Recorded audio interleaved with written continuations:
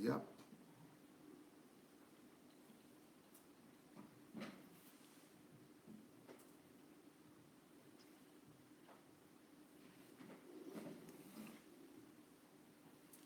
But how can you be from Delta and you say you are? But Ufuoma is or is your husband that is from Delta? No, we are both from Delta. Ufuoma is an Urhobo name. Are you sure? Ufuoma, yeah, Ufuoma means peace. But why It's do an I? Urhobo name. Are you sure you don't have Igbos who bear Ufuoma? Igbo bear Ifeoma. Oh. So that's the slight variation. So it's very confusing. Ah. Igbo So do Ifeoma. the spelling. It's different. Ah. Yeah. Igbo is Ifeoma, Yes. but Urhobo is Ufuoma. Okay. And I think the meaning is different too for What about for Orobo? Urhobo. Ufoma is peace. Ah. Yeah. No. For Igbo, I think their own is having to do with love. Yeah, I think so because yeah, I know it's not the same meaning. It's not It's the not same. I think it's God's love or so. Mm, Something like that. I think I it's a can't bit remember different. now. Yeah, but Yeah. it's not the same meaning. Uh-huh. Mhm. Let's see who is greeting us from YouTube here. Let me see. Okay, I go to. It's like we are on Facebook. Oh. Let me see. Did you watch the last HMT Oh yes, I did. I and did. the one before that too? Yes. Those topics on HMT were for Nigeria for history. Yes, law and order, Yes, and yes, yes. that And was a very big one, very life transforming too, whether for nation or even yes, for the individual. Yeah. yes. Then the last one was the principles of national transformation. Transformation. Yes. Okay, let's greet a few people here first. So we have Amur Snipes from from Cape Town, South Africa. Then we have Innocent Magaji. That is our atheist that is always engaged. That is not giving me peace. Always engaging me to complicating my life here. I'm talking to him, answering all his questions, and Yeah. he's still adamant on his. But it's helping us too, and it's helping a lot of people. It's Yeah, helping us understand their line of thought too. he's helping all the evil Christians. Eh? Yes, it is. Hello, Ride. Welcome on YouTube. Then on Facebook we have we have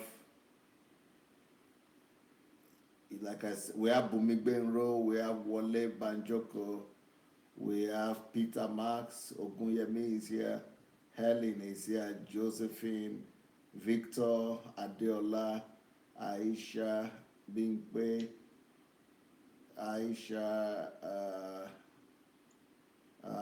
Agatha is here. Welcome everybody. We are going to have a very engaging, very, very productive time of fellowship today. Oh, we even have Odafe here. Oh. That's my husband. They're taking their seat. Yes, they're already here with us. So, welcome everybody. Welcome on Facebook, on YouTube. We are going to have, I know the person we have today, so I'm sure of the quality of program we are going to have. We have Oshi, we have Dele Thomas. Welcome everyone. Please go ahead and call your friends and tag your friends with the video and call as many people as possible. This is going to be a special one because this lady, she's not just a talker, she's a doer big time.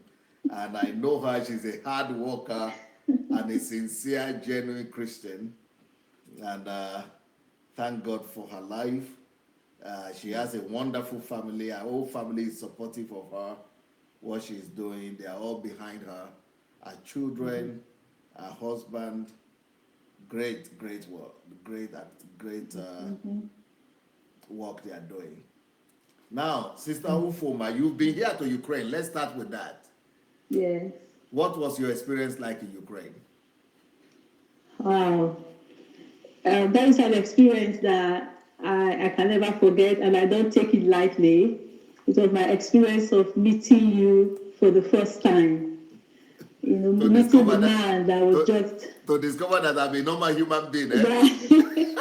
the man that has caused so much, so much change in my life, and having to meet him for the first time, I don't take that experience lightly, and it's one meeting that I cherish so much, and having to actually see you, not just a face, not just as a face on Facebook, but having to see you live.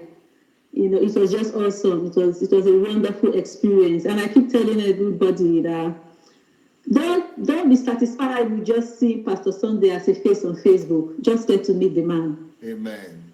Just get to meet the man, because it's like I remember in the last session too, when Dupe Love was like I said, yes, Dupe, that's the way it is. It's not something you can explain. You can't put it into words. She was exploding from morning till night. It's just an overwhelming experience. Pastor, you are just, I don't know. But for the first time, I saw a man that actually carried the presence of God. I've never felt like that in the presence of anybody in my life. And it's so amazing, because you feel the presence of God so tangibly. And yet this man is just a mere man. He's doing everything still the same. He's laughing, he's joking. But yet you feel that sense of overwhelming presence. And it was something for me to wonder about. And I got, can I carry your presence like this? I desire that, what I saw around you is something I desire. And I really pray, and I'm working on myself to come to that place where people can come around me and actually feel the presence of God. Because I knew that, you were just somebody different. One thing that most people say, almost everybody say, is that it's like the people always say, it's like we are seeing a living Jesus. It's like we are seeing Jesus in the flesh. Exactly. And I don't know how to describe it. It shocks you, because I'm looking at you and I'm looking at Pastor Sunday and but I'm looking at him. He's a man. He's just so ordinary. It's just him. But yet there's this presence that just surrounds you, and you can't deny it. You don't want to brush it aside, because it's just overwhelming. And I say, like, God, can I ever get to this place where I'm just laughing and playing and talking, but yet I'm just so much like in God. I'm just so much, carrying the presence of God. Can I get to this level? And I pray I get there. Yes, because another thing people say, and I think that's what you are trying to say, is that Pastor Sunday doesn't over spiritualize God. That it just simplifies it, that as if the presence of God, carrying God, is so easy and so ordinary. Pastor, you make Christianity easy for us. For the first time, you just demystify what knowing God and being relationship. That is the word, demystify. Yeah. You just demystify everything. And I was really in awe. I must confess, I was really in awe. Being in Ukraine, being in the house, listening to you, the teaching, everything is an experience that I will never forget in a hurry. And I'm really looking forward to reliving that experience again by coming to Ukraine. Yes, and then the atmosphere though is too demanding. Are you not afraid of that, to repeat that? Are you not afraid of repeating the atmosphere again? The atmosphere, yes, it's demanding, but at the same time, it's changing something in you. Yes. You know that it's changing something in you, because of course I didn't come there to play. I didn't come there to just have fun. I needed that training, because especially after following your teaching, I now know that I'm here for a purpose, and I'm here to make an impact. And I knew I needed that through. It was tough. It was really tough, but I was glad I went through it because it's still helping me even now. Pushing myself even beyond my limit, denying myself of sleep is helping me. So I will not trade that for anything. I appreciate that. But Ufuoma, let's tell the truth. What has happened to our country? I don't know when your generation, you are younger than me, but in my generation, when we were growing up, it was the norm if you want to be an excellent student to always keep the lantern Burning. all night Yeah, and to always use coffee and lantern, and it was the norm to work hard. that is it. So what That is has happened to Nigeria that right now everything is miracle, breakthrough, anointing? You don't need, nobody wants to do that kind of hard work again. Pastor, like you said, 30 years ago, what we are seeing as Christianity was not like that. And I think the shift in the church, where everybody is now looking for miracle. I think it has permeated the whole fabric of the society, from education to politics to every aspect of the society. I think that quest for miracle has actually, permeated the whole society, and it has reduced our values. If not even destroyed, I think I should even Maybe it has destroy. destroyed our I think values. destroy is better. Yes. It destroyed our values. Because, like you say, we hear such term as burning the midnight oil. But these days, you find children that you give them a book and they can't even read. They don't even want to read. That is what I hear now, that Nigerians don't read. They don't want to read. But when we were in school, you only read. You only read. But these days, suddenly you see people paying to buy their certificate. They pay for exam. They pay for this. They pay, and it's not just. It just keeps increasing. It's getting worse. People just want to get something for nothing. They don't want to pay the price for things anymore. So the principle of hard work has been eroded from the society. Everything just has to come easy, and because of that, people don't appreciate work anymore. So this your experience in Ukraine, HMT, what about if we take it to Nigeria and introduce that intensity to Nigeria? Do you think it could help the culture, the country? It definitely will. If people are willing to undergo that kind of training, it will help the culture. And I think we need it. We need, because it breaks my heart, that people are just so averse to, they don't want to work anymore. And I can't understand that. People just need to appreciate the fact that hard work pays. But these days, it's no longer hard work pays. They are looking for favor. It's favor that pays. It's not hard work that pays. And it's a shame. It is favor that pays. It's favor that pays, not hard work anymore. It's a shame. Can you tell me about how many hours were we working when you were in Ukraine in a day? I can't remember if I actually slept up to 2 hours at a stretch or up to 3. It's all around the clock. At least 20 hours of work. Of work, yes. Because I remember going, it's like you don't even have, you think of what you still have to do, and you have to be up by 7. And because of that, you just have to keep going until it is done. You don't want to close your eyes. Even if your eyes are feeling heavy, you try to keep yourself awake just to complete what you need to do. but you understand the value of that because you don't even complain. Oh, Pastor, I think, I don't know, why will I complain?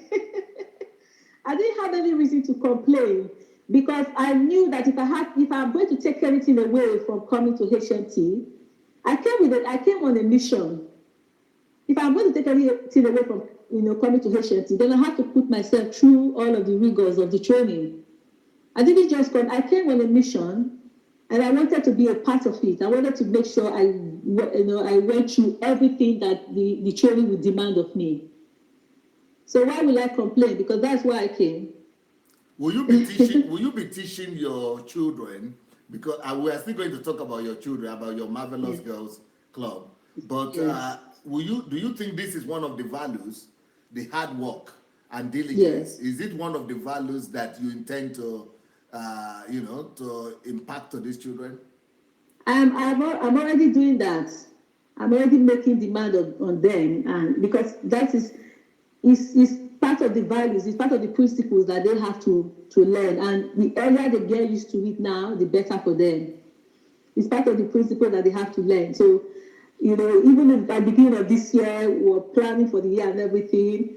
They had to come up with their own personal timetable apart from their school timetable. You have to be active. You have to put yourself under subjection if you want to make anything in life.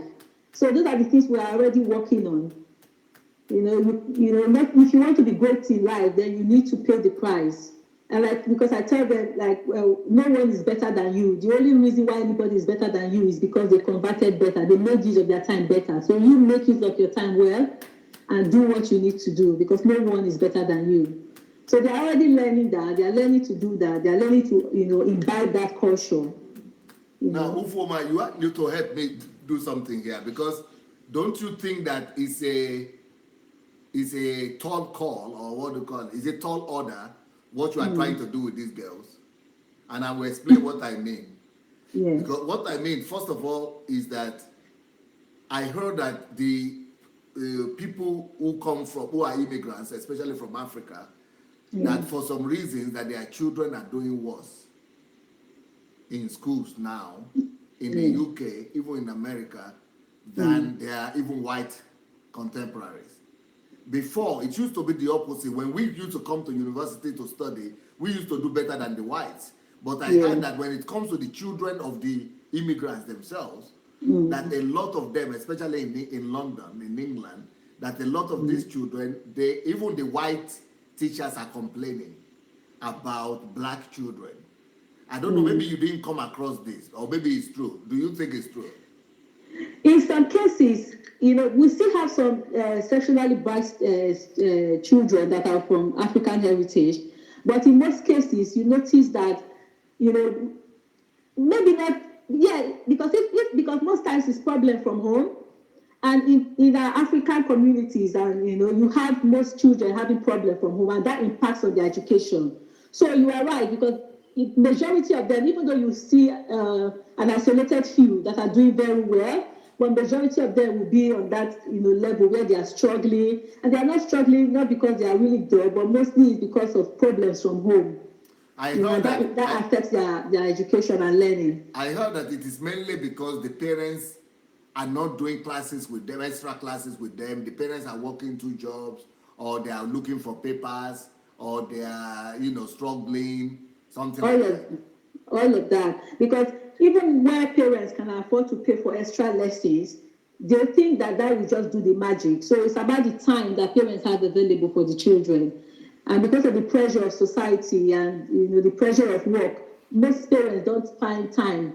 They just send you away, go to school or go to lesson, but they don't find time to supervise and make sure that the child is doing what he or she needs to do. So that is a challenge. That is what I heard. That most parents will just send them to class, to school, to something, but they themselves go to another place. They are not sitting with them to really do the work. And that is where the challenge is. That is where the children suffer, because the parents are not there to do the work with them. But it's not our culture, Ufuoma. You know that even back in Nigeria, our parents would rather send us to extra classes than sit down with us to do the classes themselves. That's true. They would do that.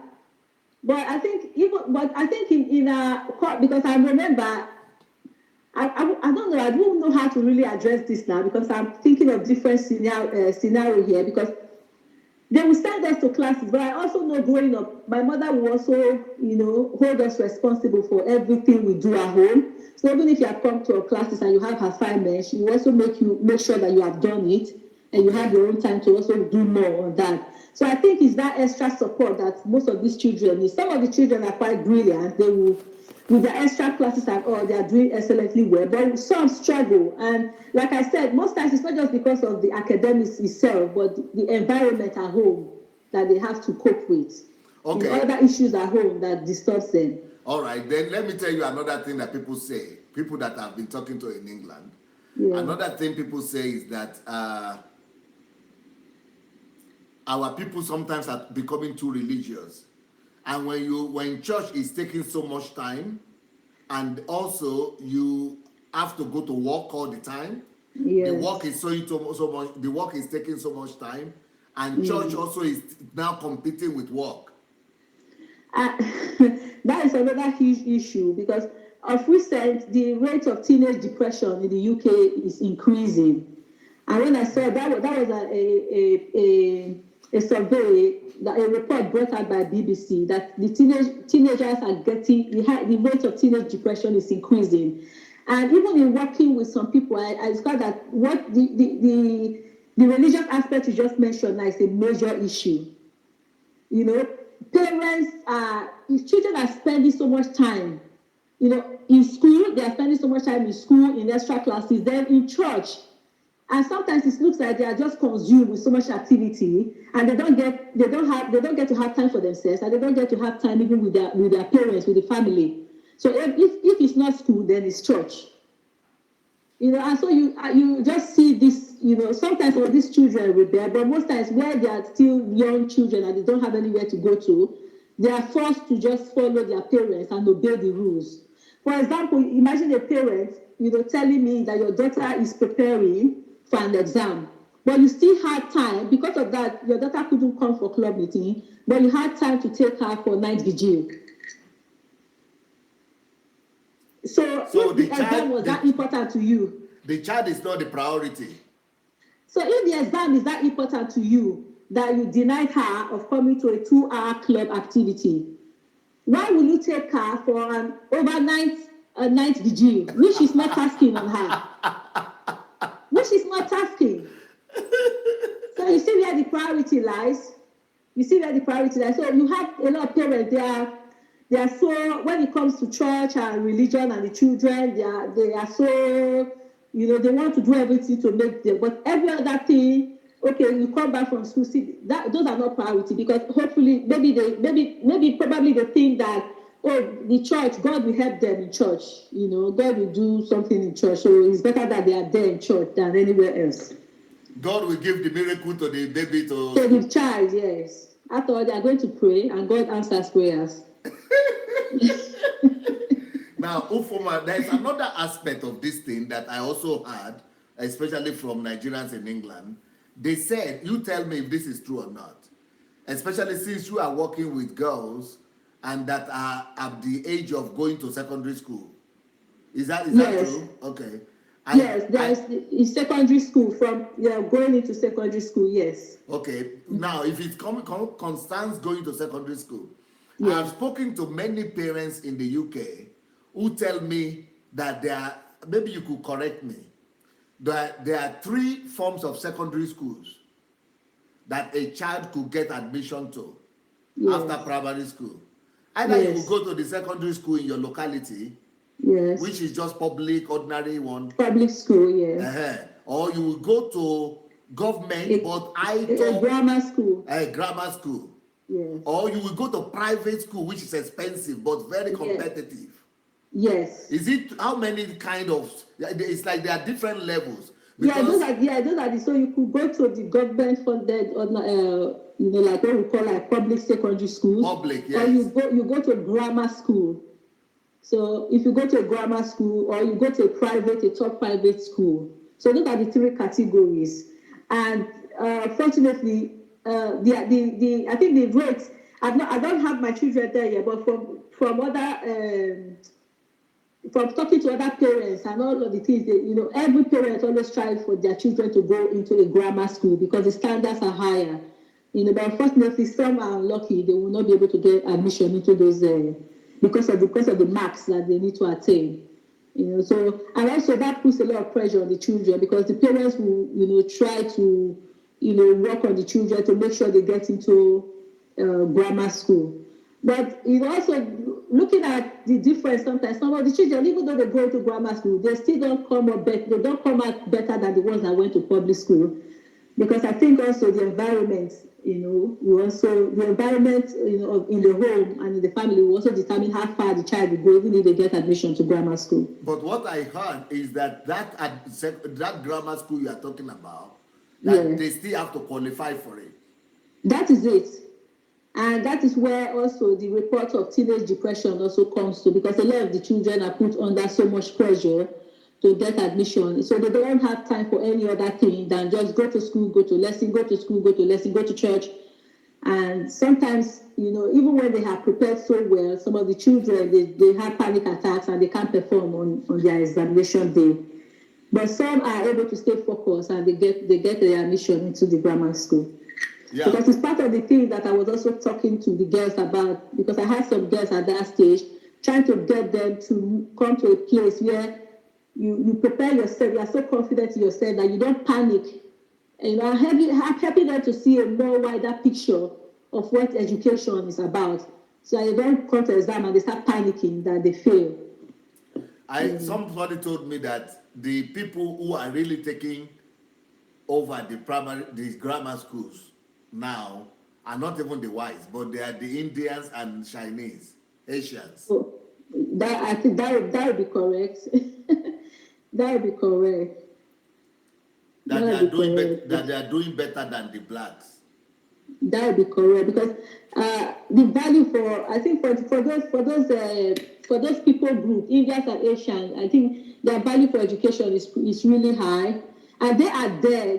I think those people are the type that they are not just about sending the child to school, but they are also there working with their children, and they'll do everything. They'll dedicate themselves so much to these children to make sure they succeed. So they create a balance around the child, to make the child succeed. So they are very good at that.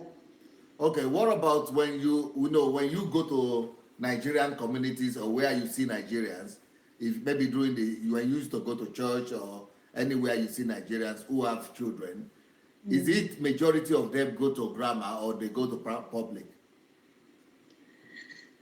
No, I wouldn't really be able to say, but most of them I know, their children, got into grammar school. Some children got into grammar school. We have some that have done really well.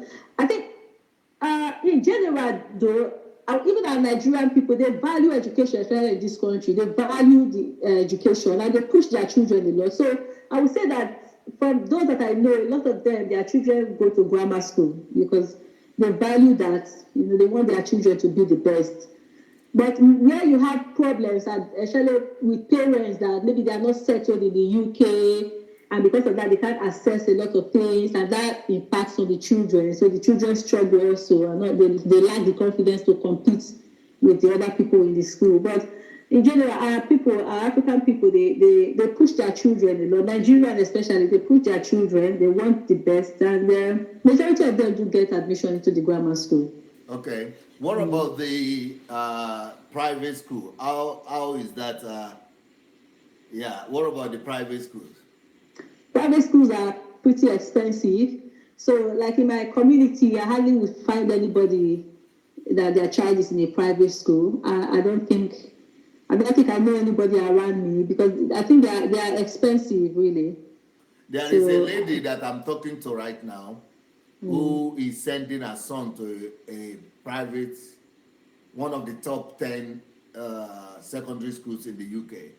No, a school that is 200 years old or something like that, like very top, the top 10. Yes. But she's going to be paying £30,000 a year. And how many parents can afford that? They are really expensive. But that is the same amount that my son is paying for the university. University, yes. I don't understand. Most times, the only one occasion I've seen somebody in that kind of in a private school, it was even from Nigeria. The child came from Nigeria. They are not even here in the UK, but they are paying that money. So, some people do it, but they are not living here. The parents are not living here, but the child is sent to a private school from Nigeria to school in the UK, secondary school. But it's the same amount as university. It's expensive, really expensive. So who are the people who send their children there? Sir? Whose children go to that school? Sometimes a lot of the children, I think they also get scholarship to go if they are doing well academically. Okay. So even from among the black communities, I think some of them do get scholarship to go to those Ivy League colleges. They sponsor them, they pick the best, and they send them there. So Those that can afford it definitely Like will send the children. you mean like Professor Chris Imafidon is doing? Yes. So yes, I don't know if does he do scholarship, but some of the children from secondary they get scholarship to go into those Ivy League colleges that are Yes, private. he helps people's children to prepare them to gain scholarship like that. Yes. He does that. That's true. He does that. So yeah, because if the child is exceptional, they won't want the fact that there's no money, to make the child, you go to just any other school. I think some of these schools are actually they look for those children and they want them to be in their school. Okay, do you know that in the 60s and in the 70s, Nigeria used to do something like that? They used to have special school for talented or talented students, and they used to have children, yes, and they used to have different levels of secondary school, just like you have said now. But right Yes. now, later on, when the military also came, they just removed everything. Everybody is just equal. That So, is it. so what would you prefer for Nigeria to do? I think it will be good. It's good when we have those things. Because I remember those are the days of having special government colleges and all Yes, that. yes. Because it drives excellence. It pushes, even though you are not really thinking of, even if your parents cannot take you there, but just because you know that there are some students that are striving to get into those schools, it pushes you to want to do your best. I don't think it's bad if that order is restored, instead of just putting all the schools on one level. Because I believe that children that are exceptional should be challenged more. They should be given more challenges to push them to do better. So that would be that if they restore that order back to Nigeria, that would be good. Yeah, because the way it is right now, it's the standard of education has even, because of they leveled everything has fallen. As falling, so we have more of private schools now. Yes. So for students to go to, But and that if you is can afford private school, yes, nobody can afford it. But you before can there were afford those colleges, those federal government colleges. colleges. Yes, Yes, that they were free, they were government, but you have to compete for it. you have to compete. I don't know. I hope they will restore that order because it drives excellence in the children. It's a good thing. Because like now those I sent my daughter to a school in Nigeria, which is £20,000 Wow. secondary school. It's almost like the same thing as those ones in the UK you are talking about. Yes. That is Nigeria. That's a lot of money. And it's a Christian school. Wow. And just secondary school. So education is becoming more expensive. So how many people can afford that in Nigeria? How many? Very few. Very few. And education is actually getting out of the reach of the poor. So I it's think they getting have out to of the reach of restore. the I think poor. we in Nigeria have to restore back what used to be there in the 70s. We need to restore that. Everybody should be given a chance. We need to restore that because all of this is just so expensive. With the coming of private schools, it's like they just allowed the other aspect of education to just die down, and it's making a lot of people to not have the same access to quality education that they should have. And it's a shame because the whole country is going to suffer for it if we don't educate and build a growing generation. Tell us about the Marvelous Girls Club. Okay, the Marvelous Girls Club. I think I should start from how it all started. Yes. I think I should start from the story of how it all started. So from meeting you first on Facebook and hearing you teach, and because that was in 2016 when I stumbled on the link on Facebook, and I saw this link and I opened it and I saw Pastor Sunday teaching. Initially, I was like, who is this? Who is this pastor again? This new pastor? Is this another one that has come on air again? So I was listening, and as I was listening, I was initially, there was just like a kind of riot in my system. My whole senses were just, on riot. Like, what is this saying? Why is this talking like this? Why is this saying that because I suddenly realized that everything you were saying was going against everything I ever, have come to know in the last 10 years. And initially, it was a struggle to stay on the platform because it was like, I couldn't deny the fact that what you were saying were true, but at the same time, I was kind of being defensive and trying to make excuses like, oh, okay, if you are saying this is like this and this is how it's supposed to be, oh, but it's because of this. But after I remember that we were kind of almost attacking you. Yes. And before you even finish your this thing, we are already typing, and you like, just hold on, let me land, don't throw stones yet. So it's okay, let's just hear him out. Let's just hear him out. And I kept listening. I think I joined them when you were doing the Kingdom series, and then you started talking about money, and everything was just making sense. And I was surprised, like, wow, what kind of teacher. And it was so empowering. I said, wow, this is so. At that time, because we were coming twice, morning and evening, I discovered that I was not missing any session. I was in the morning as I wake up and I'm trying to get my children ready for school. I put my phone on speaker. I'm trying to listen and catch up. I run off to school, come in the evening as I prepare them. So every day I was just listening until you go to the Kingdom series. Sorry, the Calling and Purpose series. When you got to that series and you were talking and talking, and one day it just dawned on me that, wow, so I've been wasting my time.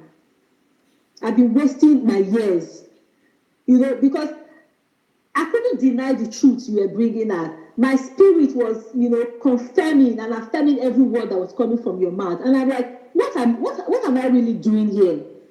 Understanding purpose and understanding why we're here on earth. It gave me a shock in my life, and it brought a lot of clarity to the things that I was experiencing, because I had to go back to my background. I had to think back, and I began to realize that there were things that God was telling me in different ways, that because of superstition and religion, I was even praying against and binding demons and telling anybody that wants to take me backward in life.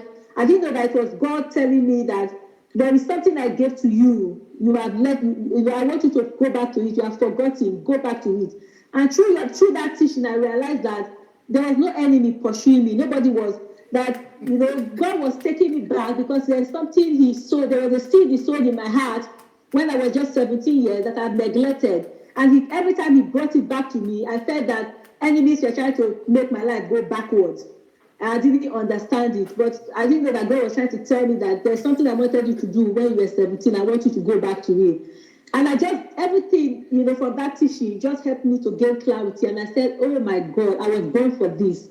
And I have just allowed life to just rob me of what I was doing. Because the realization from that series was that we were brought here for a purpose. And God expects us to bring the kingdom of God in an area of our purpose. That is where we are supposed to influence, our nations. And I'm like, can you imagine? So God has been waiting for me all these years, and I've just been sitting down in church waiting for God. It was such a rude realization for me. Like, I felt sad because I've wasted so many years in church, thinking that I was waiting for God and I was serving God. I didn't realize that I was wasting my life.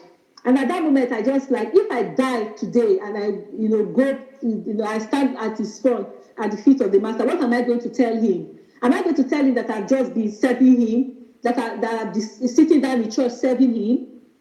And at that point, I became grateful to God that I was still alive. I was sad that I've lost so many years, but I'm grateful that I was still alive. And at that moment, it was like I couldn't run fast enough. Like there was no time to waste. I don't even know how many years I have to be on this earth anyway. Even though it looks like things were hard already, because I will not say I was in a place of comfort. My life was hard. My life was challenging as it is. And having to do this was going to be even more difficult. But at that moment, nothing else mattered. It didn't matter what was happening around me. It didn't matter what my situation was. The only thing that mattered was that I would be found doing what God wanted me to do instead of just sitting down in church. Ufuoma, did you really believe? Is it true that you believe that enemies were stopping you? That's what I believe, Pastor, because that was the interpretation that we give to some of these things that we see.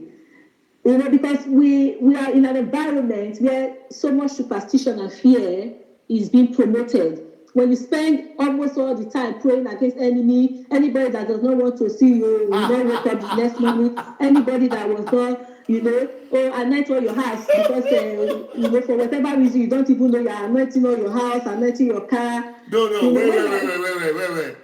Have you ever done that? I have, because that was the environment I was in. No, I cannot recognize you again, though. I was doing that, So then when you have a strange dream and it doesn't look like what you think it should be, then you just interpret it that, okay, they want to draw my life back. That's why they are putting it there. And I will pray. I'll be praying against it. Why am I always having this dream? Because I just said it was negative. I didn't know it was God's way of telling me that go back to that age that I said something to you and do something. Don't keep complaining. Just do something. I didn't realize that until I started listening to you and understood. But I was like, wow. So what happened to the enemies now? Because there's no enemy. I was just my own enemy, trying to run away like Jonah. Instead of embracing what God was showing me, and I was running away from what I should be doing. Okay, where is your oil and the tissue? I mean, paper or whatever they call it. This thing, tissue. The mantle. I couldn't throw them away fast enough. I couldn't. In fact, I'm even ashamed that. And the funny thing is that you are not comfortable with it, but you are in that environment and everybody's doing it, so you join them. Even though because what I listening to you, what even made me more embarrassed was when I was at university and I had a friend attending this same church carrying oil and mantle. I knew how much I fought against her. I took my Bible, I went to Colossians, and I was telling her that all of these things are wrong. But 10 years down the line, I was in the same camp. I was doing the same thing. And I was like, can you imagine that there was a time I actually fought against this? How did I get here? And of course, I realized why I got there. The reason I got here was because of the deception that I must belong to a church. Okay. I must belong to a church. You cannot function outside of the church. So because I was asking myself questions. How did I get here? You fought against this. You knew this was wrong. But how did you come to the place where you are now like them? You are doing this same thing that you fought against. And I always say that if that my friend saw me and like, oh, so you came to join us, I'm sure she'll be laughing. But I thank God for, Pastor Sunday coming online and, bringing out all these truths. And that's why I said, because my foundation as a Christian, all of these were not there. As a young Christian, none of these were there. As a young Christian there, my foundation was personal relationship. Learning to know God for yourself and learning to hear God for yourself. There was no pastor that you need to look up to. There was no person. The only reason for fellowship was to strengthen one another, to learn the word of God together. But gradually, all of that, something has happened. The whole system changed. And this deception to be in church, you just see yourself going from one church to another, and they tell you that they have rules, everybody talks about their own personal revelation, and they try to convince you of their own understanding of why you should do it. So you follow them. Yeah, because it's very sad that you were born again by the mercy of God very young. And you knew Christianity, you knew the real Christianity. Those days, there was no man of God between you and God. No. Even the pastors those days, they used to just call them brothers. Brother this, brother that. That is it, yes. Nobody was any Superman. No. But you came down to the place that you started believing like everybody else. Pastor, it was I think there was just I think if I even think that, because then we had lots of fellowship and less churches. But I think that is where the deception of mammon started coming, because what was happening that even in the fellowship, before you know it, you see somebody will be offended, and before you know, even there was a particular fellowship we attended, before you know, the man was just a brother or something, suddenly he was pastor this, and he turned the fellowship to a church. And when he did that, a lot of people left because we were supposed to be a fellowship and not a church. And before you know it, even that church also, before you know it, it splitted into two. Another person that was working with that started his own. So I think, I don't know, this egocentrism, everybody wants to do their own thing, everybody is claiming that they know more than the other person, and probably maybe money is also involved, just led to all of these things that we start seeing, because the popular thing is that, oh, this is our revelation, this is our own revelation in this church, this is the way we do it here. Even though as a new Christian, because I changed location, when you go, church was so frustrating to belong to. And that was one thing that I also told God, that I met you, I knew you in the Bible, but why is it difficult for me to stay in your church? Because you go to this church, this person will tell you this. I remember one of the fellowships that I wanted to attend when I was in school. I couldn't join them. Oh, you have to tie your hair. If you don't tie your hair, imagine somebody standing in the front of the church door and giving me a scarf that I should put on my hair. And I'm like, if I wanted to tie a scarf, don't you think I would have brought it from home? Why are you giving me this? And they said I couldn't enter because I won't cover my hair. So you see yourself, if you can't fit into this mode, you go to another church. But for me, it was like, I'm angry because there was just the deception that you have to go to a church. Even when you can see that even all of the churches you are trying to enter, there is something wrong. There's no church that I've attended that I can say was the good church. But just this feeling that you have to be in the church, so you conform to everything that is happening there, whether you like it or not. Yeah, because according to your testimony, even the things that you knew were bad before you went to these churches, yes. But because you have to be in that church, you now conform, and so you are now worse off. That is it. Before you came to the church, you were better off than when you were in the church. Than when in church. That so was the thing church that is making people to be idol worshippers. Pastor Sunday, when I was going through your teaching, that was another shocking revelation at how much the church has actually detached me. Like, you just feel that you have actually separated. We were comfortable until I met Pastor Sunday online. I was comfortable, I was happy, but I couldn't really say, because I couldn't say much of anything happening in my life. But through your teaching, I suddenly saw that I was separated from God. I saw that the church has come between me and God. Yes. The activities have separated me from God. And I remember one day, I can't remember what just general, just listening to you for a couple of months. I remember one day, me and my husband just looked at each other and were like, how could we have been this foolish? We were so sad. It was like we were mourning. It was like somebody died and we were mourning in our house for like almost a week. We just look at each other like, how could we have been this deceived? It was so sad. I was feeling so sad. I was crying, and I just said, Father God, take me back. Take me back to where I first met you. Take me back to where we first began. I just want to go back. And the other thing, that when you were teaching, everything in my foundation, every scripture that I've shown in my heart, they just start coming up. They will just be coming up. They will be coming up in my spirit. And I say, oh, God, I'll call my husband, honey. Oh, this is, I know this song. This pastor started saying, yes, so this, I would just be screaming like, God, what has happened to me? Why did I let go of this truth? This is my foundation. These are the things I was taught when I was young. What happened to me? How did I come here?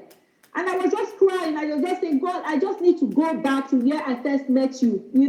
I just need to go back. And I just started retracing my steps back to where I first gave my life to Christ. I just telling God again, like, I want to put my hands in your hand and I want to walk with you again. I don't want to know church.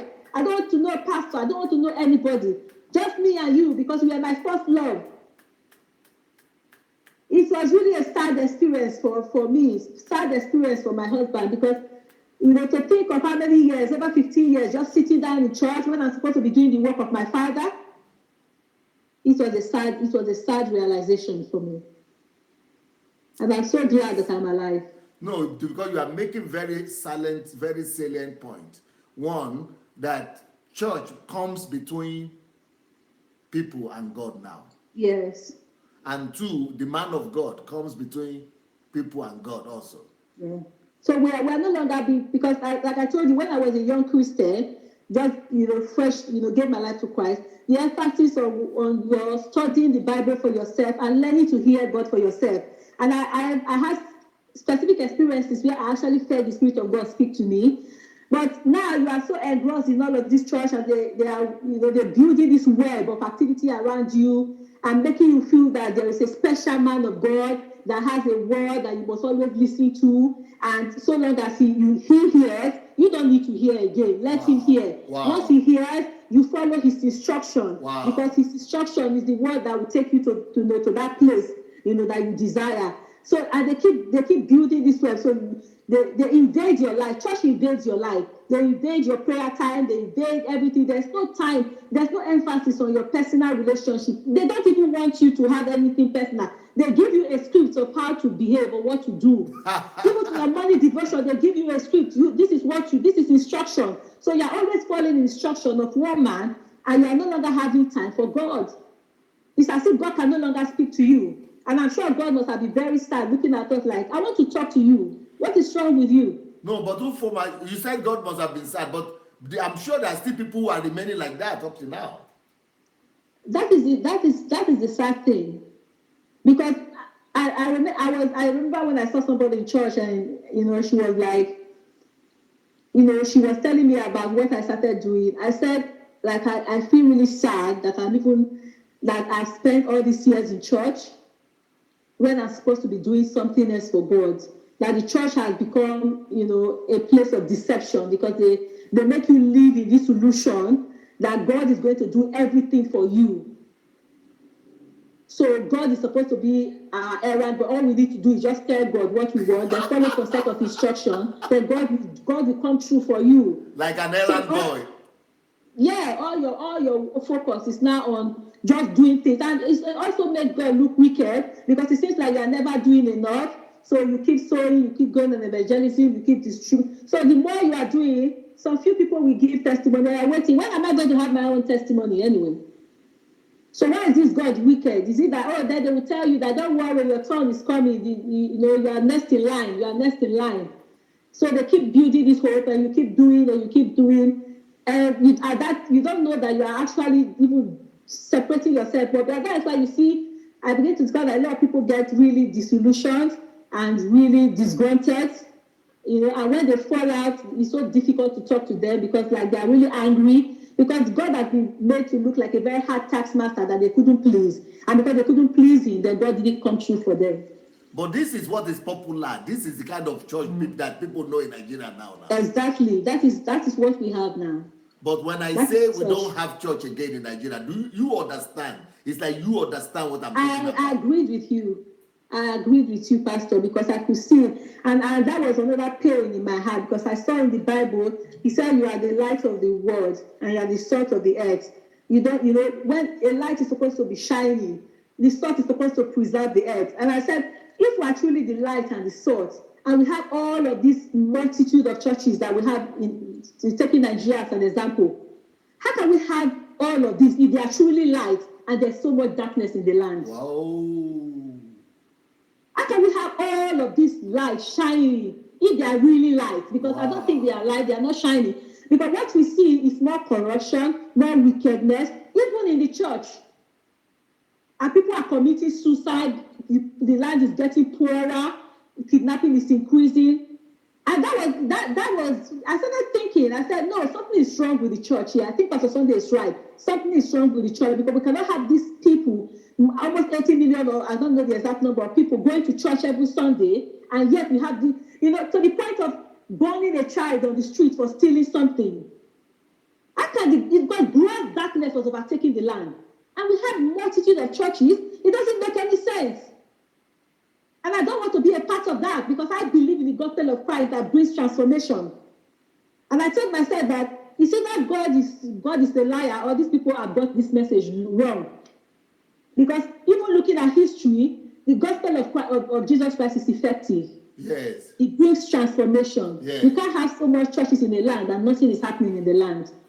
And it drove it home for me that there was something absolutely wrong with the messages that we have, or the kind of gospel. And even looking at myself and seeing how much redundant all of those messages have made me, I could agree that yes, the nation is in trouble. Because if I could be feeling like this, because through your teaching, also, I realized how cold my heart has become. I didn't even know it. And that shocked me. I like, God, I realized my heart was really cold. I didn't even know it. So if I feel like that, and I can accept, I could accept to myself that my heart has gone cold. What are those people that I don't even know? They just think everything is normal. People are really cold. People, in fact, you have more wickedness in church than outside. I was even telling somebody today that is that bad that if you want to do anything with somebody, once they mention that they are Christians or they go to church, you take a step back and you want to look at them very well again, and you want to ask yourself, do you want to do this with this person? Because I'd rather work with a Muslim than work with a Christian. Wow. That is how bad it is. You take a step back. So the religion has destroyed our country, and it was destroying me. But I thank God, because on this platform I found, freedom. I could see the beauty of Christianity was restored back to me. But people the place of fellowship was restored back. People are asking, okay, you restored your own personal relationship with God. But people are always afraid. Did you stop going to church? What about your children? What about your husband? Because they are afraid that, okay, I understand I shouldn't go to that church, but I'm also afraid that I should take my children to somewhere, or my husband might not agree, or my wife might not agree, or I'm not getting anything. That place is satanic, but I must take the children to Sunday school. That's what they are saying. Pastor, when I started listening to you, the good thing was that every time my husband comes home, even if he didn't meet this thing, we had to. So sometimes it's like I listen to you twice. Then when you were coming morning and evening, sometimes even in the morning, because I'm preparing the children when they are going, and when I come back, I'll play it again. Then in the evening, so I had to do that also. So when my husband comes in the evening, even if he missed his cycle, we have to play it again. So he was also listening, and he could affirm to the truth that you were bringing forth. And of course, initially we were still going to church. But the truth is that the more truths that we came to know on the platform, the more it was difficult to sit among them. It was coming to a stage that there was a time my husband was like, you are going to get us into trouble. Because you are hearing message from the pulpit, and it's sad, Pastor. It's not, I can't laugh about this. It's sad that people will be lying on the pulpit just to manipulate. They will say one truth, one line is truth, the next line is a lie. My ear was just screaming. I'm like, what is it? What is this? Everything was just, it's like my eyes were open and I could not close my eyes to what I was seeing. I could not pretend anymore that something was right. I knew something was wrong. I couldn't pretend. So we go to church sometimes and they are doing something and I'm like, what I was just questioning everything. And I could see everything was wrong. There was one particular day a man was giving testimony. I was intentionally raising my voice like, what are you clapping for? Is that a testimony? I was like, keep quiet. I said, no, but look at them, they are clapping. Why are they clapping? Is that a I was getting really uncomfortable. I went to church one day, they are doing this mantle service, and I refused to stand up. I said, I'm not going to let that cloth touch me. I'm not going to. And somebody was looking at me like, what? I said, in fact, I just told myself, I think I better just walk outside. So I was just uncomfortable. And my husband was like, look, before they will throw you out, let's just stop going. So, because he has tried to tell me, I think the last 2 times we went, I went alone. She said, you go by yourself because I'm not even going to follow you. So after the last time, I was so sad at the way the hard truths that were coming. 1 minute you are telling me that God has redeemed me from every curse of the Lord. The next minute you are telling me that you have to break generational curse. Everything was just clashing like, why are they doing this? But you can't be saying this and saying this at the same time. It's just confusion. And at that day, I just made up my mind. Like, instead of coming here to make myself really sad, I think I better stay at home. And for one thing, I'm so happy for my children because they were all, Pastor, it would be sad for me to raise my children as pagans. Because they're getting soaked into this anointing oil thing and mantle thing. I'm so happy that I've taken them out of that environment. There was a picture I had where we were traveling, we were on the plane, and we had handkerchiefs tied on our neck. When I see that picture, I just be laughing like that. Is it true? It's true. And the funny thing is that when we had that, I was even laughing. I was laughing I look at us, so the people will be wondering what is wrong with us. Why are we tying all this handkerchief on our neck so that the plane will not crash? I mean, I was making fun of what we were doing, but we were doing it anyway because that was the environment we were in. You know, and imagine building the faith of a child on things, on tangible material things. When you have the big God, the bigger one that wants to dwell in you. Inanimate objects. Inanimate objects. When you have the creator inside you. Inside of you. I couldn't take my children away from that environment fast enough. I didn't want them because I told myself, I said, God found me by himself. I didn't look for God. He came. He said, even while I was sinners, he loved me and he died for me. I said, I want my children to know God for themselves. I don't want them to be indoctrinated with all of this religion. Because nobody indoctrinated me. I found God by myself. He came and drew on the heartstrings of my love. And that is how I want them to have a relationship, not based on things or mediums, not based on, because what we're doing, we're relating to God based on mediums, either material mediums or human mediums. That was the relationship that we now had. And that was terrible. When I think of it now, because I didn't even know how far I had gone away from God. It's just terrible. So God bless me, and he wants to have a relationship with me, not through mediums. So you stopped going to church and you started your own ministry? Yes.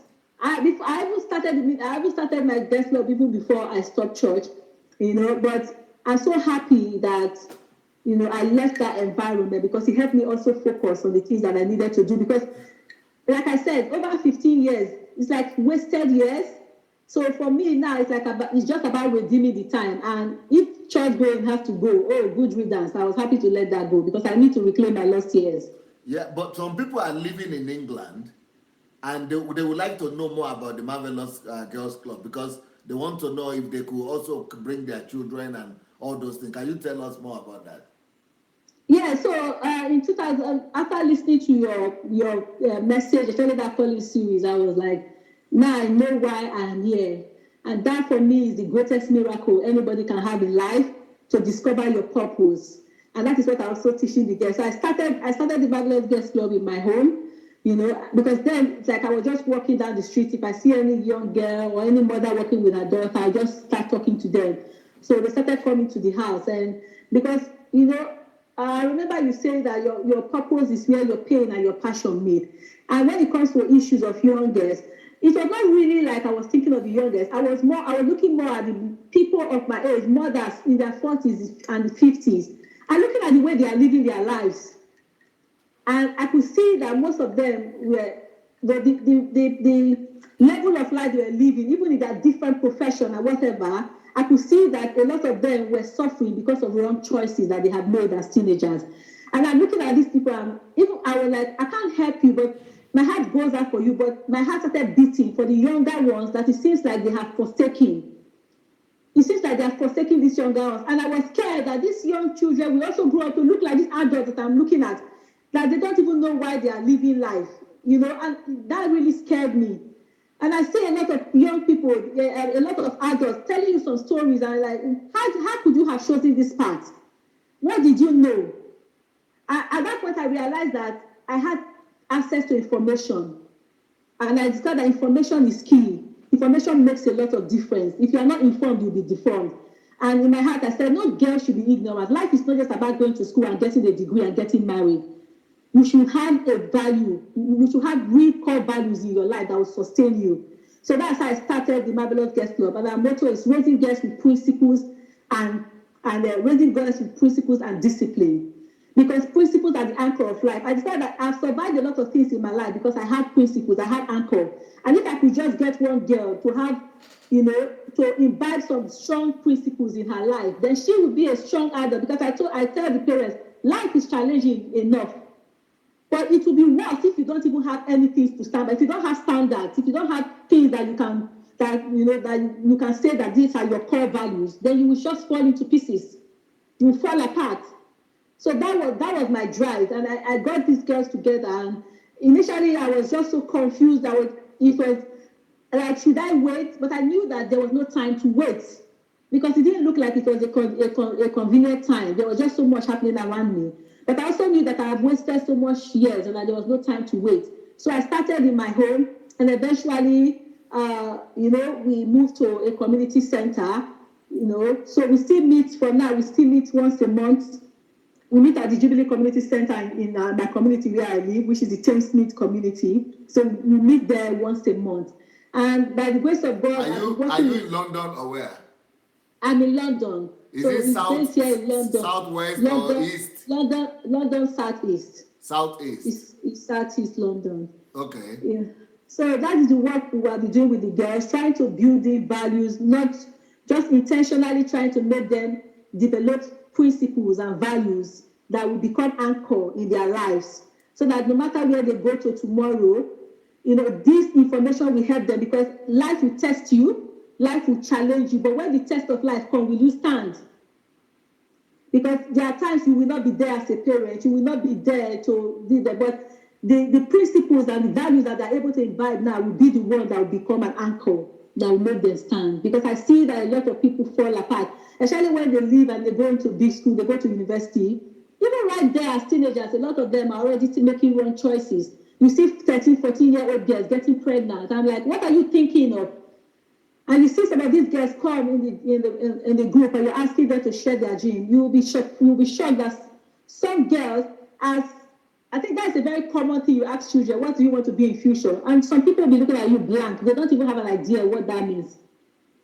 And you have dream. You're already 13 and you don't have a dream. You are not dreaming to be anything. So imagine that kind of girl growing up. Anything that comes her way, she will fall for it because she doesn't have any focus. So if a boy comes and gets her pregnant, you will not be surprised, because she's already getting to that teenage years. She doesn't even have anything she's focusing on. People are asking, what is the requirement? What are the criteria to be able to join your club or to be able to bring their children? The club is free, and it's a free club, so I'm not getting the children to pay anything. If I can keep it that way, I'll be happy. But it's free. It's free registration. They just come and they participate and they join us for meetings. It's from 10 to 18 years. But hopefully, I'm hoping to partner with somebody to also start a project for the younger ones, which is from 8 to 11.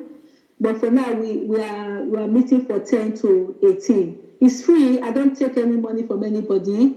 They come. It's about creating an environment where they can, be free, because a lot of them are bored. A lot of them, not like back in Africa where you have aunties or whatever. So I'm more of like a mentor. I let them share, I listen to them, and then I also teach them values, because they need to have somebody to talk to. And most of these girls, sometimes they can't get through to their moms.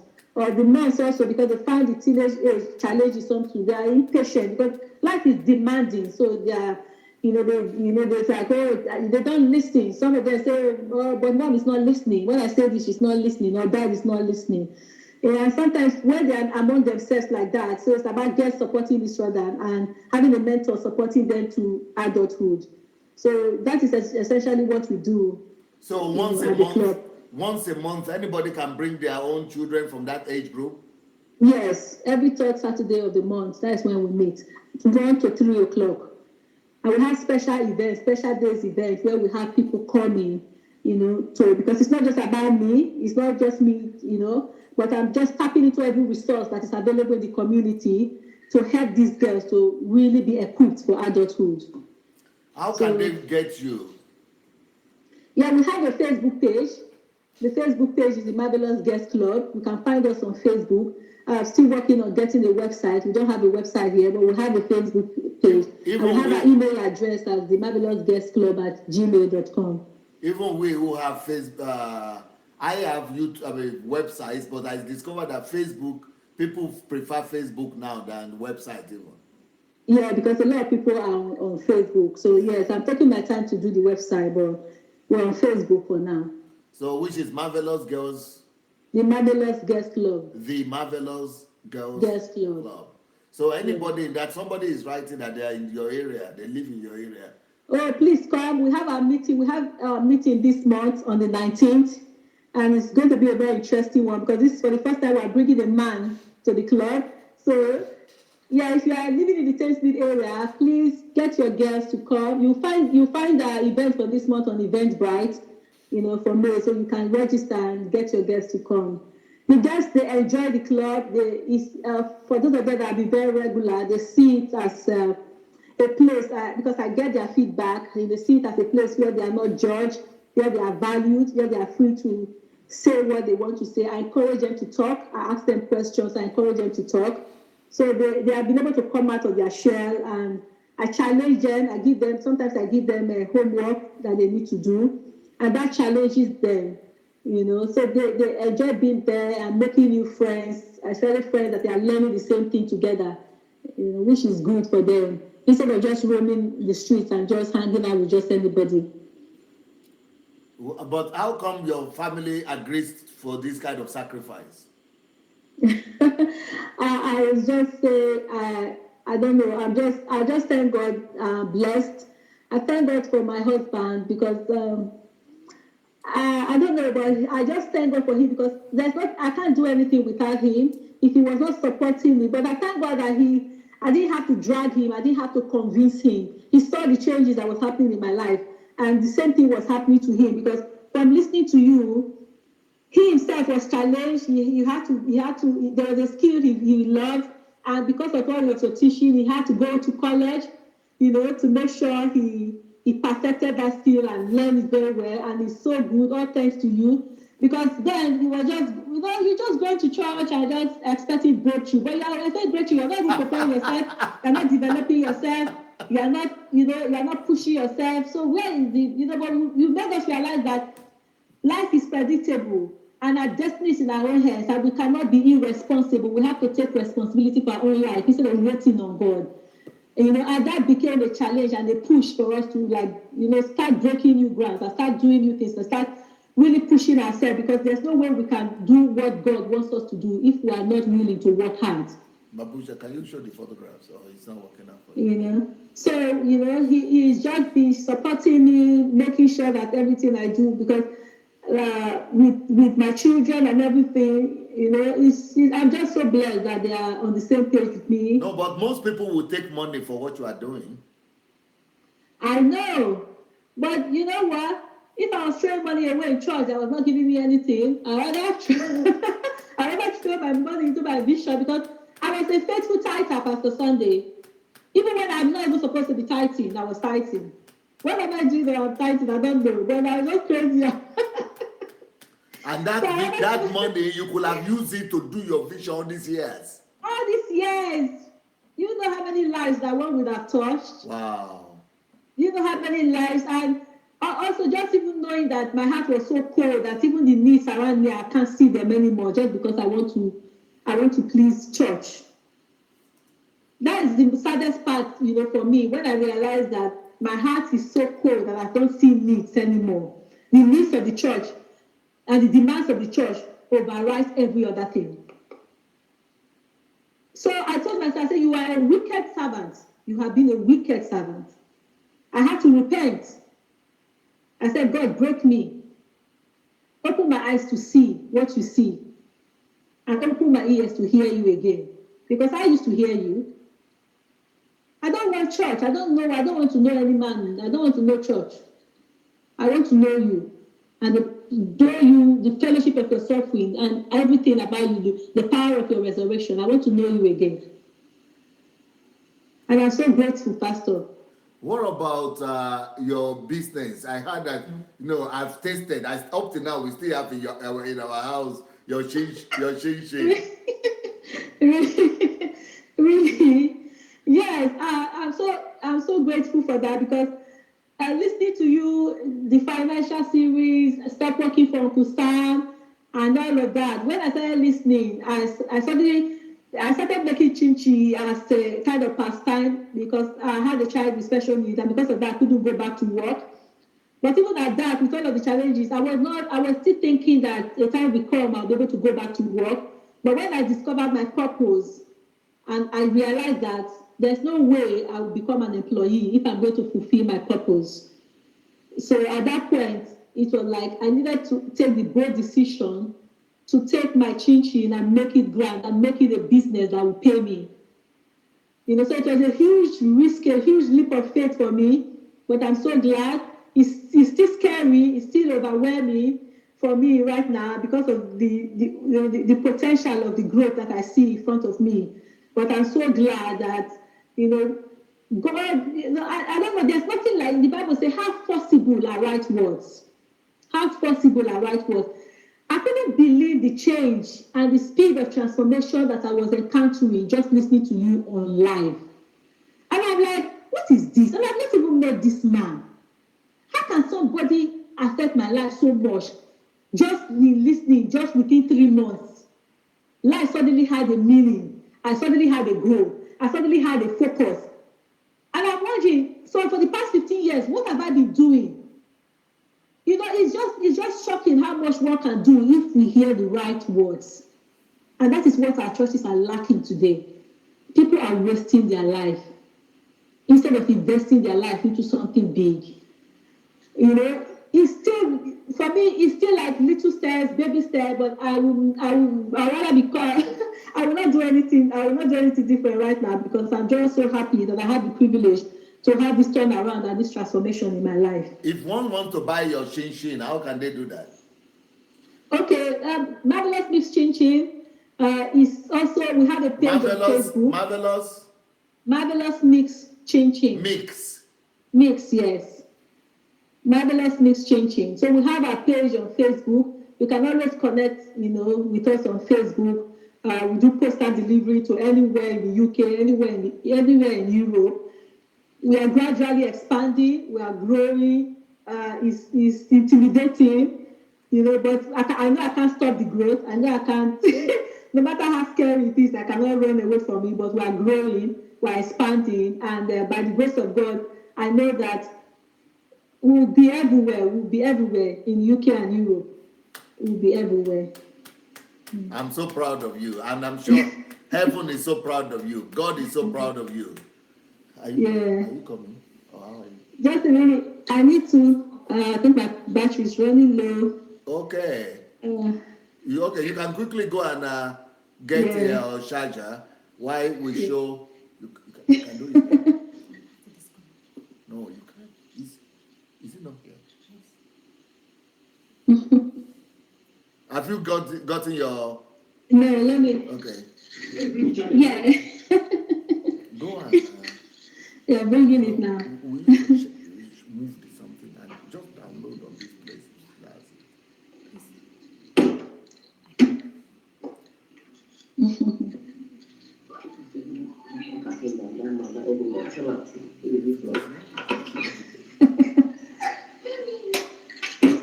I hope I can see your pastor.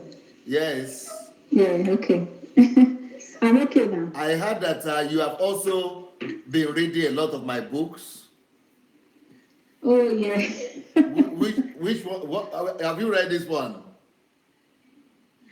Yes, I have. How to build a secured and financial and future, a secured financial future. Yes. What will you say about this one?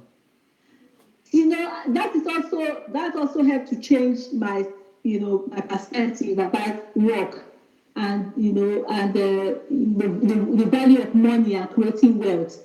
Because I think initially there you just make money and you spend, make money and spend. You don't feel that you're in control of anything. But reading that book actually made me know that I can actually create like life is predictable. Yes. There are just things you know and things you do, and you can just see yourself where you are supposed to be. So reading that book, first of all, I read that Money Will Make You Rich, understanding the purpose of money and understanding what money is all about. And the ignorance of our finances also is another. It has done a lot of damage even to us also. But this book is so valuable. Money will make you rich. Because we didn't really know the purpose of money. For most of us, we were just giving all the money in church and and living on, they're trying to manage on what was left and expecting for one miracle breakthrough to happen. We didn't know how to use money. We didn't know how to manage money. Sometimes I want to cry because there's just so much waste. There's just so much waste that one has really done when it comes to money. But thank God for the wisdom in these books. you know that even for now, I know that my financial future is predictable because I now know the things that I can do, to secure my financial future. Beautiful. Which one is the another one you've read? Have you I've read read this? Have you read this one? Life is an Opportunity. I actually did a review with you on that. I read Life Yes. is an Opportunity. And And it just makes you know that you don't have any excuse at life. Opportunities are everywhere. You just need to know how to recognize them and be prepared for when they come. let it come down so that you shake in the screen. Then what about this one for the children? Oh, I quickly grabbed this book because it was in line with my work and even with my own children, how to create core values in a child. Yes. And I must say that every parent should have that book. It's also forming part of my resource for the things I'm doing with the Girls Club because that is one thing, that is an answer, a solution for me for the work that I'm doing. So I got that jealously, yeah. Some white American women from America, I don't know how they got to know about it. They started commenting about it in the internet and started recommending it. And I'm saying, oh, I didn't even know that. I thought I'm writing for our people. I didn't know people are saying it too. But people seem to like it a lot. Yes, it's a very good book because a lot of parents need to have a clear understanding of not just of raising children. Because if we get this right in creating these core values, we will not be raising biomasses, we'll be raising personalities in life. Yes. What about this one? Who am I? Oh, Who Am I? My first book. It's actually the foundation of the Girls Club. Okay. So that is where we start from. Who am I? Because that is one of our major objectives. Discovering yourself and knowing who you are. Because that covers a lot. With that, their self-confidence is in place, their self-esteem is in place. So that is a foundation, study for us at the Girls Club. Beautiful. What about this one? The essence and the value of life. Wow. It's a heavy. It brings meaning. Every book. It brings meaning into our existence, into why we are here on earth. And learning to take responsibility, why we are here. I love that book and I was glad I read it. What about this one? No one is better than you. No one is better than you. Yeah. That is an empowering book and also one of the resources that I also use for the Girls Club. I use it as part of the resource. No one is better. Tell them, it doesn't matter who they are, whether they are a boy or whatever, no one is better than you. Beautiful. So, yes. What about this one? Oh, insulted by God. Everybody on this platform should read this book. If you read this book, you will start going to those churches. You will be, I don't know, sometimes when I see some people comment, I don't think they are insulted by our godliness. They are not insulted, yeah. I don't think they are insulted. Because if they are insulted, they will not be writing some of them comments that they are writing. Yeah. Insulted by ungodliness, I think my greatest takeaway was that becoming a part of the provoked generation. Yes. If you are provoked, you will not keep silent. If you are provoked, you will not accept the status quo. You will demand for a change. Yeah, I was really insulted. By the time I went through this book, I wish I was like, no. We can't tolerate wickedness. We can't tolerate evil. Everybody, if you are standing for righteousness and truth, you should read that book. Wow. What about this one? How to keep your focus. Yes, I had to read that book also because I needed it for myself. And yeah, it really helped me. Some of the things I learned in the book are things I'm still trying to put in practice, checking myself daily, learning to plan my time and manage my time so that I can achieve the things I need to achieve. Yeah.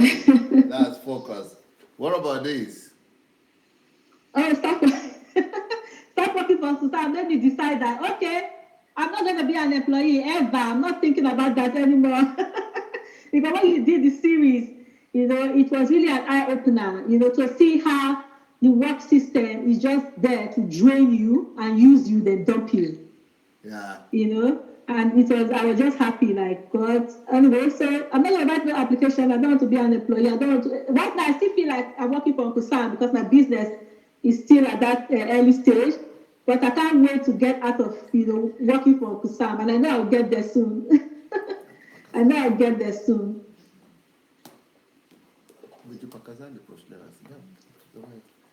What about this one? Oh, this was another humbling book.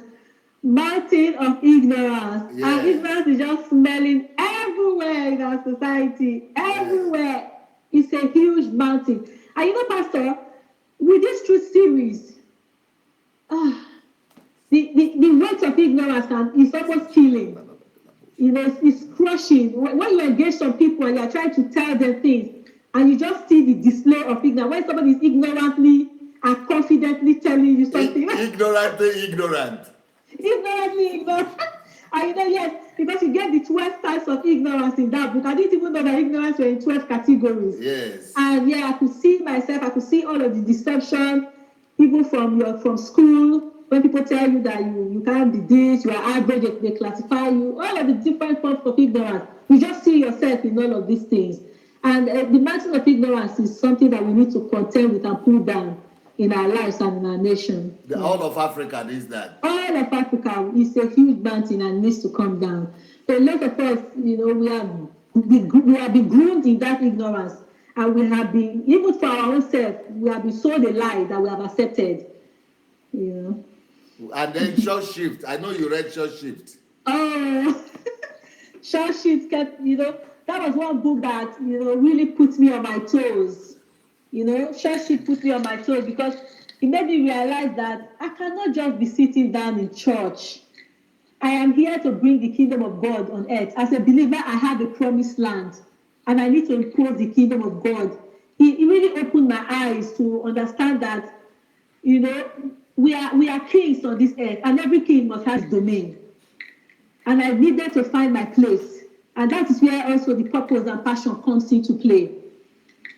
Anybody, if you reach short shift and you can still sit comfortably in church, just be I don't know what is wrong with you, because church shift, it made me realize that the focus of my life is to promote the kingdom of God, to promote, I think I wrote something there, to promote God in every sphere of my life and not to promote church. Yes. The focus of my life is not to promote church, but to promote the kingdom of God in every sphere of my life. Yes. I love that book, and I took away a lot of lessons, and it's part of the things that when I think about church, it drives me. And I know that I have to bring the kingdom, I have to work for my king and bring the dominion of the kingdom, of the king into my domain. Wow. What will you say about all these books that you have read, you are reading, DSS books? Pastor, your books, they are life-changing, they are life-transforming.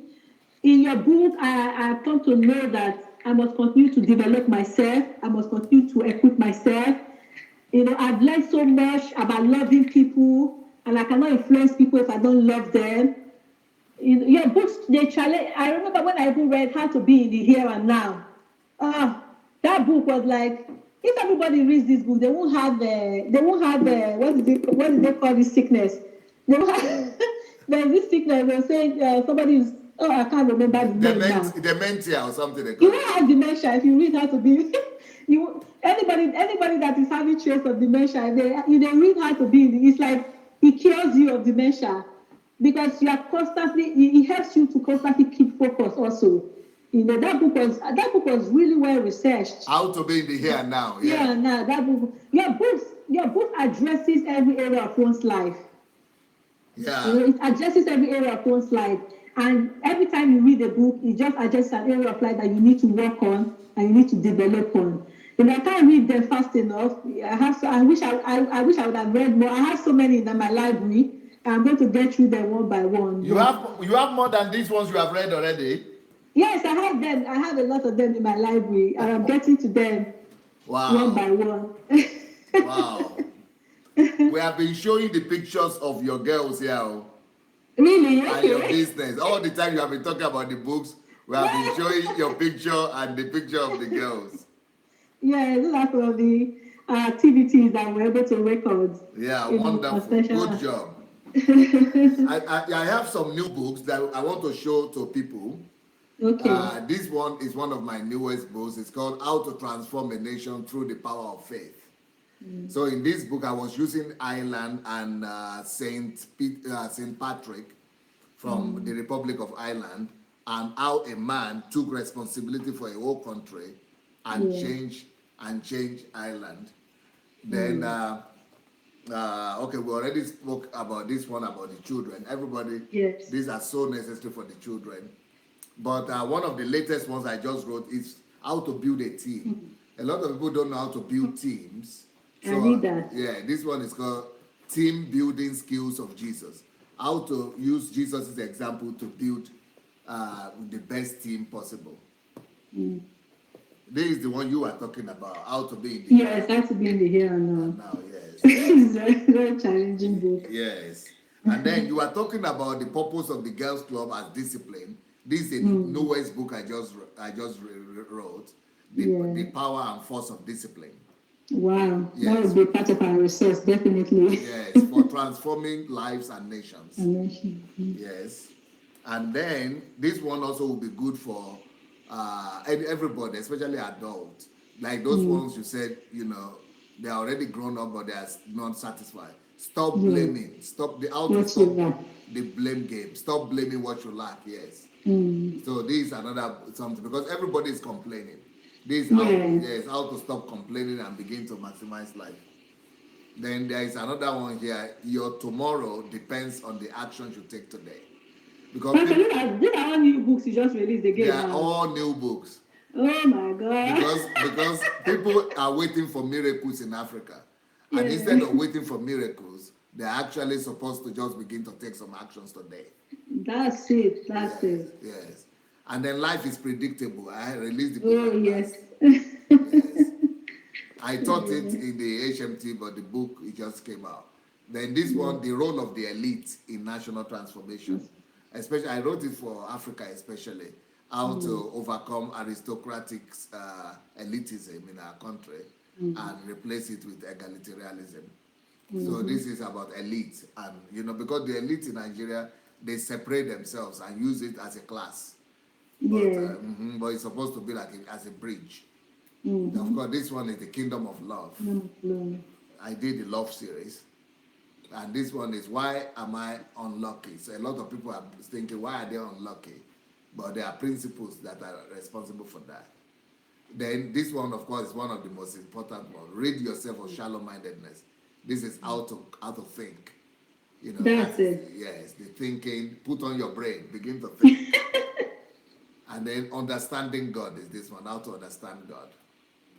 And when to pray, when not to pray, when to stop praying. When to stop praying. I stopped praying and I'll be doing. You started acting. I've done enough praying. I've done enough praying to last another 20. So now it's action time. No more praying. Just do. Yes, action time. And God has been waiting on us, waiting for us. People have been so blessed. So many comments. I'm sure you will read them. I want everybody that is watching to go and share this message. Please, let's go and share. And a lot of your girls will be happy because they have seen themselves. We've just been showing them here. And their parents also will be happy. So, but we want to just commend your work. You are a light. You are like a light that is put on the mountain, that is shining so bright. And I pray that your light will shine not just in the UK, but it will shine throughout the British Islands and also throughout Europe and to the continent of Africa and beyond, in Jesus' name. Thank you for your good work. Thank you for your understanding and maturity. And thank you for being a lover of God rather than a lover of gossip. Thank you so much. I'm learning from the best. And you are always a source of inspiration. And you are every day is a lesson with you. And I'm learning. It's tough learning from you. But yes. I know I need it. Because I always require change.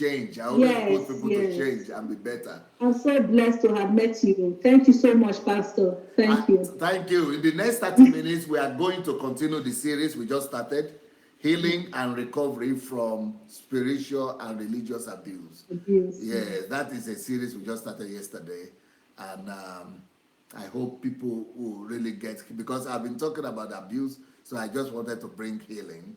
And I think people who were blessed yesterday will continue in 30 minutes. Ufuoma, you are the best. Thank you so much. Sir. I need to love you, Pastor. Thank you so much. Love for your family and for their support for you. I really want to say kudos to them. Thank you, sir. Thank you so much. Yeah. I'll see you in 30 minutes. Okay, sir. Bye. Bye. Bye. Yeah.